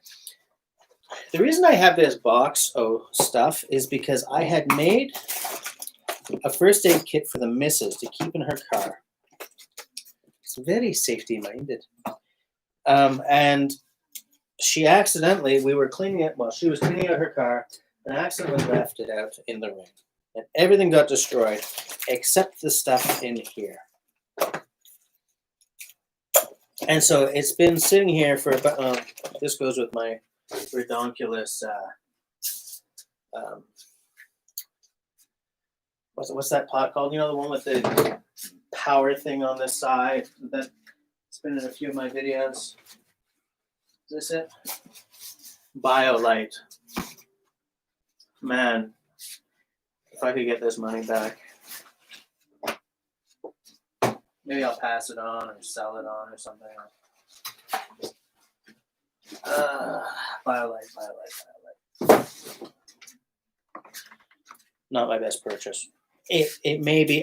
There's nothing wrong with the quality. It's not a quality thing. It's a what is this for kind of thing. Hey, Tenenbaum, how's it going? Here's a little sewing kit that I got from Ron Swanson, obviously not his real name, who his channel used to be Fox Company Prepping, but when he lost his daughter, a lot changed in his head, and now I think it's called something about living. He's very into like darknet and stuff like that these days. Still, I really care about that guy though, man. He's been through some stuff. And when his daughter died, after I don't know if she was even around a week. She was born very, very early, and My sister Jacqueline, if you guys remember that interview I did with her, her daughter was born like 10 weeks early. She was born very small, and it was very touch and go. And I know a couple of people who have had that issue, and unfortunately, with Ron, it went the wrong way. It's weird, man. That guy and his wife, they've been through so much. You kind of wonder when the universe is going to give someone a break, you know? I think that way about myself sometimes, but it's just because I grew up and made all the wrong choices and ended up where I don't want to be. I can point to certain choices, and I can decide that I'm going to work to fix that. Man, I'm not in love with the process of being a dad again. 2 years from, well, at that point it was 3-ish years from turning 50. Okay, I I'm too old to do this. Just the heavy lifting. Okay, I'm not in love with the process of it or the pageantry of it, but I am very sold on my daughters. You know, those kids are the most important thing in my life, and I love them massively. And so the idea of losing losing your kid didn't even have a chance to really live. Popped into the world way early, spent maybe a week or two on a bunch of machines, and then you don't even get to live at the end of it. So dark. But when his channel was still mostly prepping, he made me this little sewing kit. Um, I kind of want to, like, he glued the leather down or the suede, and so it sort of started coming apart like 3 minutes after it arrived. So I was thinking of, now that I've got some tools, just just sewing at the very edges right there. Whoops, right there and there, just to keep it nice and tight, or maybe throwing in a little rivet there and there or something. Nice little kit though. He sent me a bunch of nice stuff, including like a belt loop for an axe, just a belt loop and then a round loop. You can throw your axe in. I don't know where the hell it's gone, but I used it a lot because I know Gransfors tells you that you can just put that snap around your belt, but I don't want to end up opening my leg from thigh to ankle. So I'm not going to do that. Look, I'll just get an axe. Oh, stepping off screen again. What are you doing, Jess? Oh, I should have just reached. Right? In their little books, Gransfors and I think Wetterlings, they say, put it on your belt and snap this over your belt. Hell no. Give me a buckle, like I keep saying about forest axes. Give me a freaking buckle and we'll talk. Make it something that you can tie or a toggle or something. A snap? Are you kidding me? Whoop. That didn't take anything. That didn't take any damn strength right at all. Right at all what? Right? That's not gonna, no way. Because as you use snaps over time, they start to open a little easier. No way. He made me a belt loop for my axe because he knew about my philosophy about those things. And he sent me that with this little sewing kit. He actually tried to send me a tiny bottle of scotch as well, but that got stopped when he tried to mail it when he was filling out the form. It's too bad because I would have appreciated that scotch. So I don't know what else to tell you guys.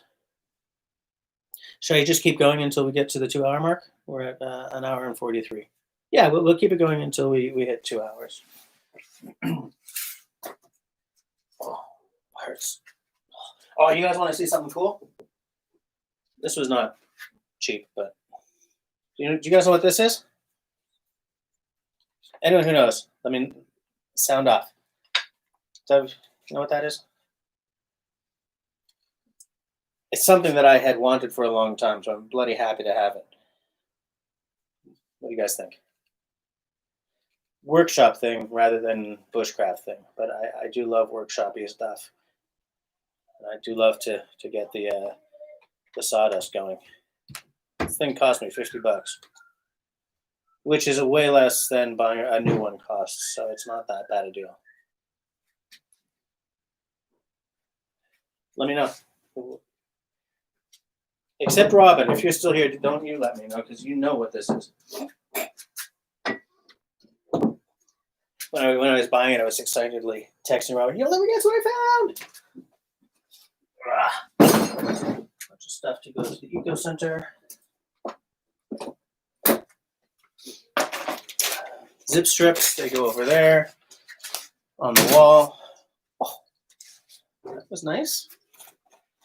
I like to keep the gloves out because these don't only get used when we're camping. These are also used if we make a little fire in the backyard in my little hobo stove, or sometimes if I'm just carrying a bunch of rocks around or something. This goes upstairs in the kitchen. Oh. This did not even come with us because I knew we were not going to need it. A little life straw action. That's a great invention, that life straw.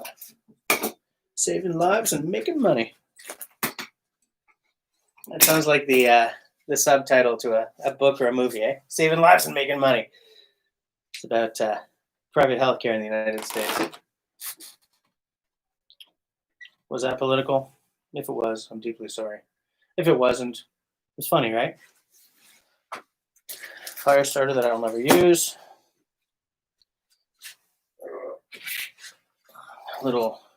This is a waterproof little case that you can stick an iPhone in. I'm going to keep this out because sometimes the madame and the kids hit the pool, and she's afraid of dunking her phone. You know what? I'm going to put the stove up top here.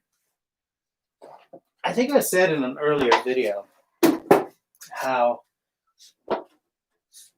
the design of this camp stove has not changed in the entire time I've been around. I recognize the smell of the gas. I recognize how it works. I recognize the sound of it. And I've said this in a previous video, but even though gas stove and all this stuff, it's all like a chemical mess, I still have warm feelings towards these chemical things because that's what camping smelled like when I was a kid, when I was growing up.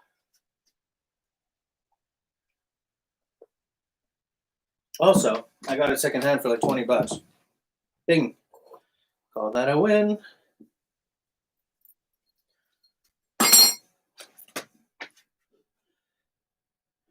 Hi.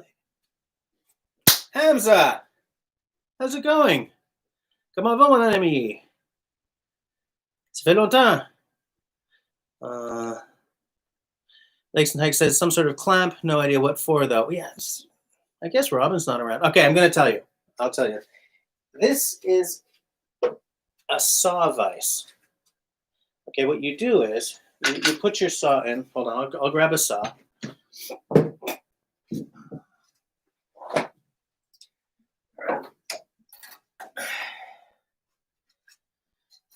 What you do is you put a saw in.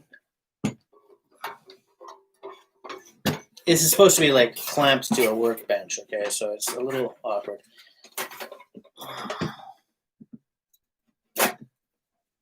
Okay, it's very awkward. All right, well, we'll just pretend that I've aligned this up and everything.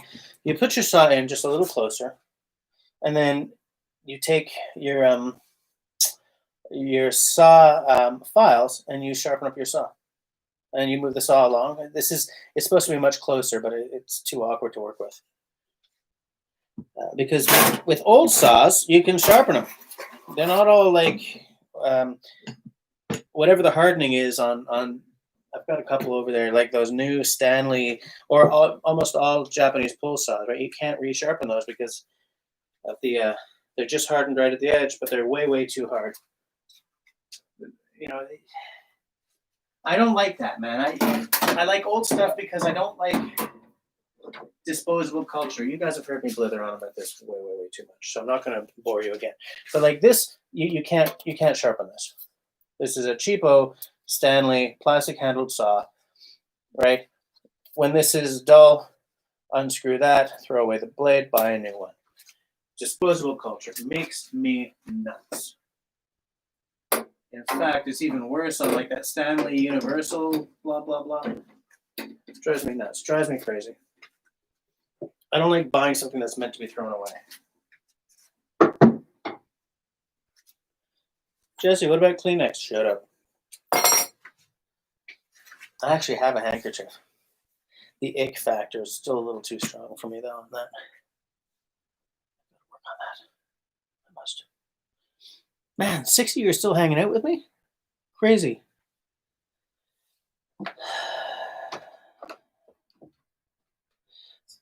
Okay, so hold on. Thanks. Hamza says he was so busy with life. Yes, I saw that on your Instagram. Looks like you've been having some cool stuff, though.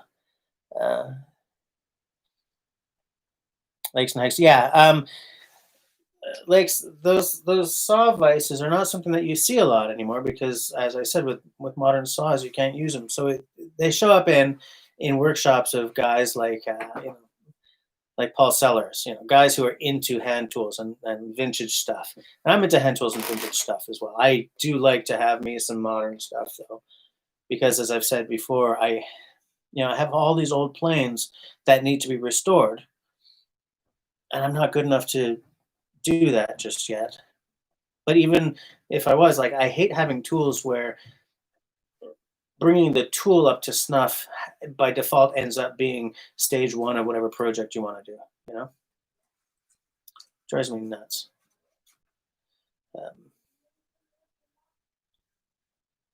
Hamza sent me a whole bunch of hot pepper paste, whatever it's called. Hamza, c'est quoi le nom pour le hot sauce puis tout ça que tu m'as envoyé? No, it's not halloumi because that's cheese.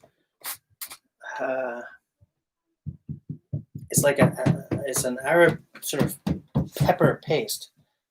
Like think of a hot sauce, but it's a whole different sort of flavor to it. So delicious. I've been using it lately. Harissa, yes, harissa paste. Yeah, sent me a sauce and a paste.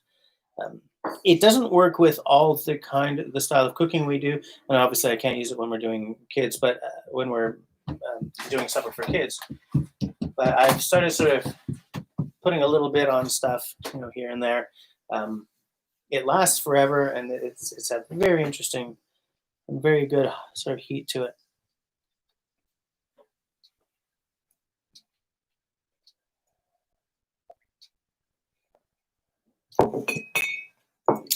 I asked that. What? What are you taking? I think that one's empty.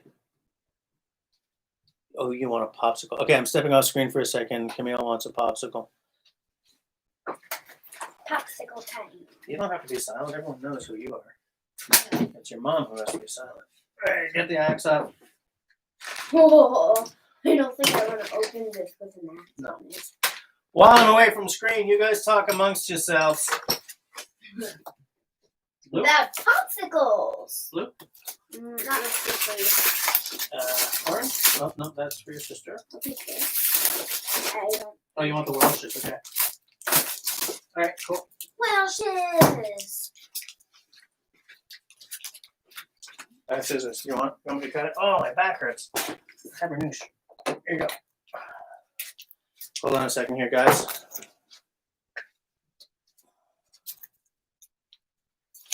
Oh, piss. I'll get that later. Bye. Bye.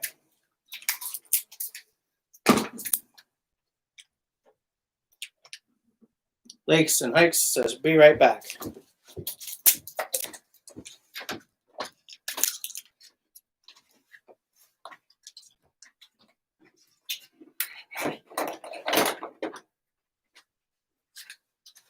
Let me show you guys something.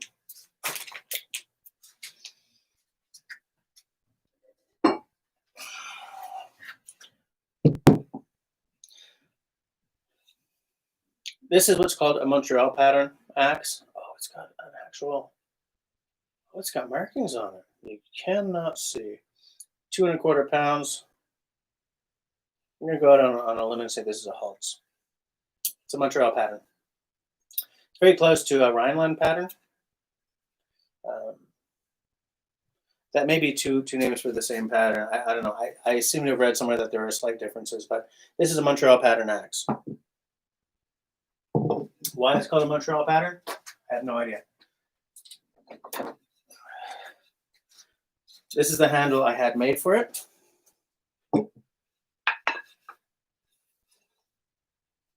This is by East Coast Lumberjack in New Brunswick, Canada.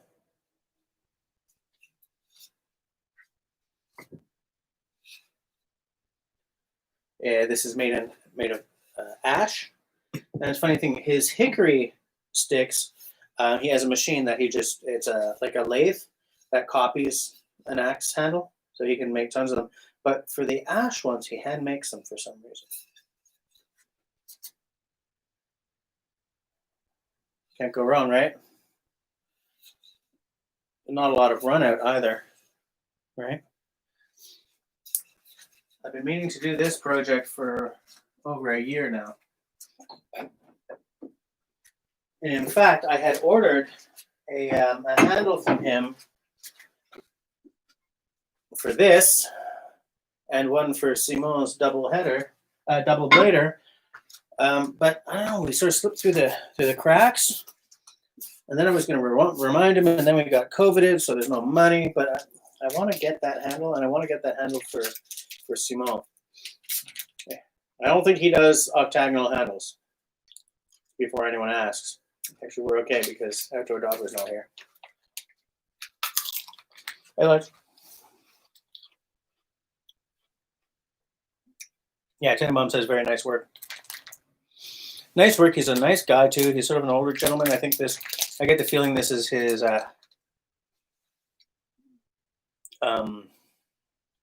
retirement gig. I'm not sure about that. I don't know him very well. Just from our correspondence back and forth. Pick this up. All right, we got 4 more minutes, and then I think we'll shut this thing down. This was unplanned. I've still got a lot of work to do that I have to do around. So having the camera is just going to slow me down. I'm going to try to find a way to chill one of these beer for Tuesday's live stream. I was at this before we went. I went to this IGA out in Laval. That's the island to the north of Montreal. I have in-laws there. They had a microbrew section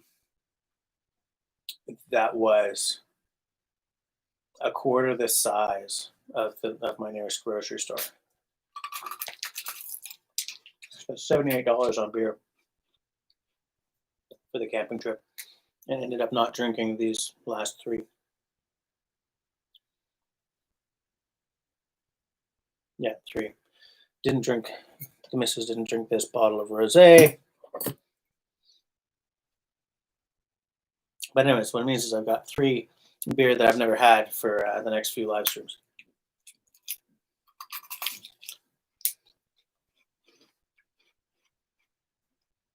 I'm working on some cool stuff for the upcoming live streams, like interviews and stuff, but I'm at that point where I'm not getting a lot of answers back. I sort of foresaw that in summer people would probably be too busy being out in the woods to answer emails or Instagram messages or whatever, but I don't know. Got a couple of things going, and I'm hoping that one of them will come back positive and come back as, yes, let's do this. I'm interested. I don't seem to have the same capacity for hustling as Canoe Hound does. Dennis is really good at this. He works his butt off though.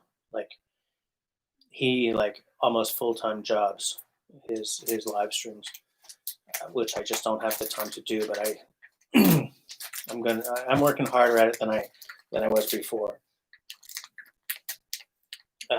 because some of the reviews have. Some of the interviews have worked well for you guys, it seems. So try to keep that interesting.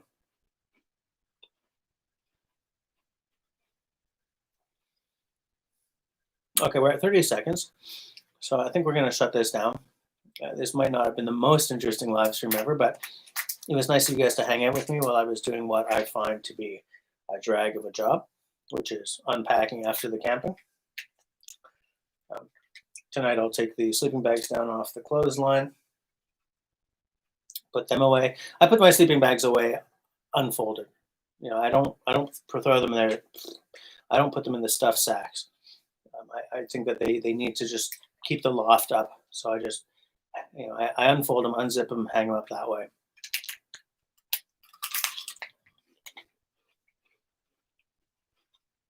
I think that's the best way to do it with anything that needs loft. In the same way, a tent or tarp, when I get home from a trip, I drape them out, let them dry off and air out before I loosely pack them. Because I think that if you bring a wet tent or a tarp home and pack it up tight, it's not going to last you very long at all.